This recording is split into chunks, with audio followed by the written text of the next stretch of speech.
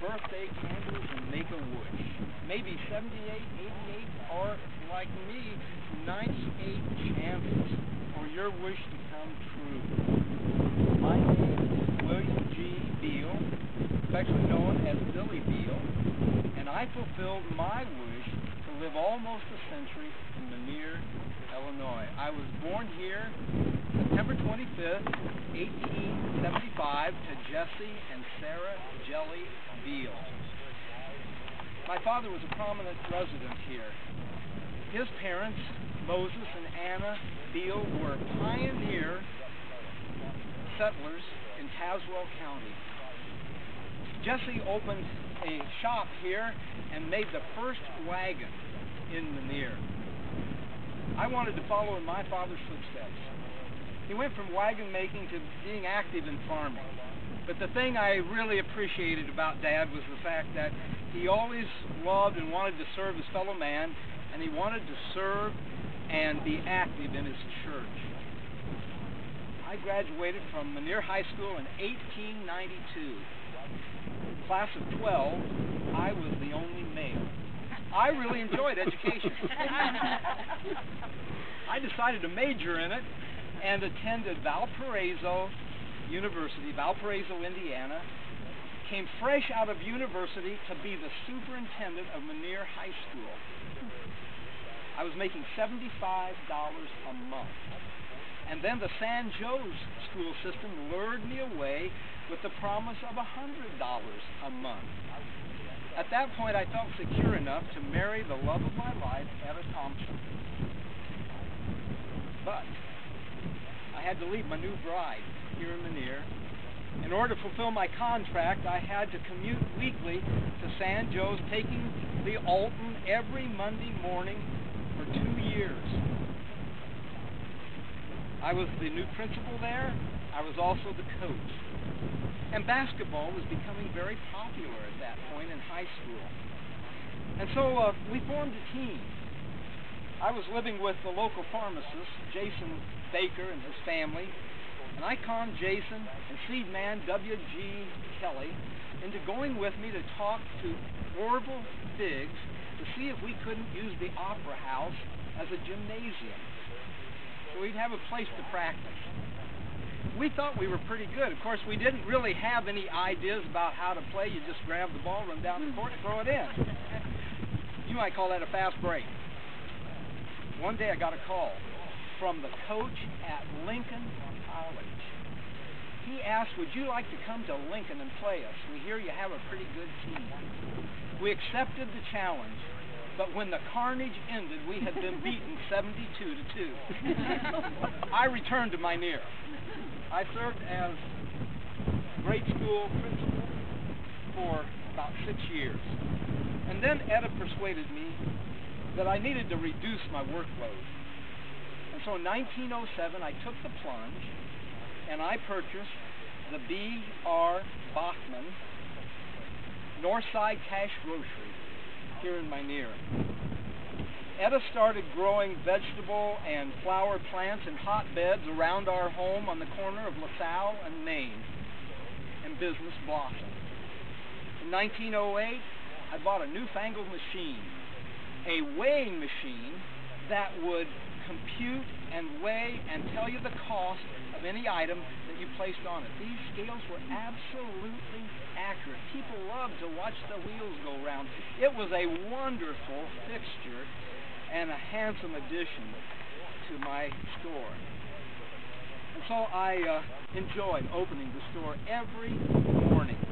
And business flourished for 52 years. In 1913, we doubled the capacity of the store with a brick building addition.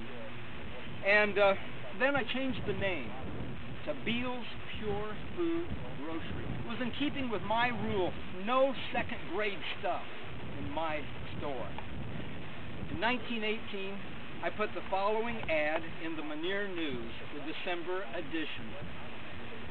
To end this year and close our books without thanking our customers for your patronage would leave a debt unpaid. And so we wish you 12 months of prosperity and 52 weeks of unbroken good health, 365 days of cheerfulness, and incidentally, we hope you'll continue to let us serve you at Beal's Pure Food Grocery. I loved my customers, and I do remember little Nicky Schmidt coming in with his allowance when his folks came to town on Saturday to buy their supplies, and for a nickel he could get a week's supply of candy and change. Etta and I took care of my mother during the last 10 years of her life, and we continued to grow flowers around our home, and after Etta's death in 1961, I kept that garden up as a tribute to her and our 60 years of marriage. But one thing about the grocery business, at 83 I turned over the active management of it to Wilbur Smith. He'd come right out of high school to work for me. He stayed 26 years. And when Wilbur took over, a short time after that, Gene Cooper bought the business. And today the IGA store occupies that location. Easing off allowed me to do something very important in my life, and that was to sleep late every morning. But there were some other important things in my life as well. I was involved in the formation, first president of the Meniere Civic Club. I was on the board of directors of the Farmers State Bank. I was a band booster for many years of weekly concerts in the park. I was a member of Comet Lodge 641, and I wrote a column for the Mackinac Valley News entitled Way Back When. I became a member of the Meniere Christian Church when I was 18. And I found my niche in Christian ministry through education as Sunday school superintendent. I served for 40 years, retiring in 1946. The church gave me a beautiful tapestry chair as a gift of appreciation. It was presented by Clarence Singley and Will Heiser. And Etta surprised me with an ottoman footstool that matched the chair. I remember little Emma Lou Leach played a piano solo that day that I appreciated so much.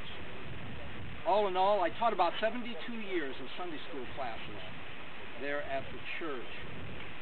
I was an elder when Jack Thompson came to be our youth minister. And I remember on one occasion helping Jack fill a pickup truck full of pumpkins for his youth group to carve at Halloween time. I also was involved in Jack's ordination with the laying on of hands and prayer when he was ordained as a minister and became the pastor of our church. And then I turned over a spade of dirt the day that we had groundbreaking for an educational unit there on the corner of School and Central during his ministry. And Jack was master of ceremonies for my 91st birthday.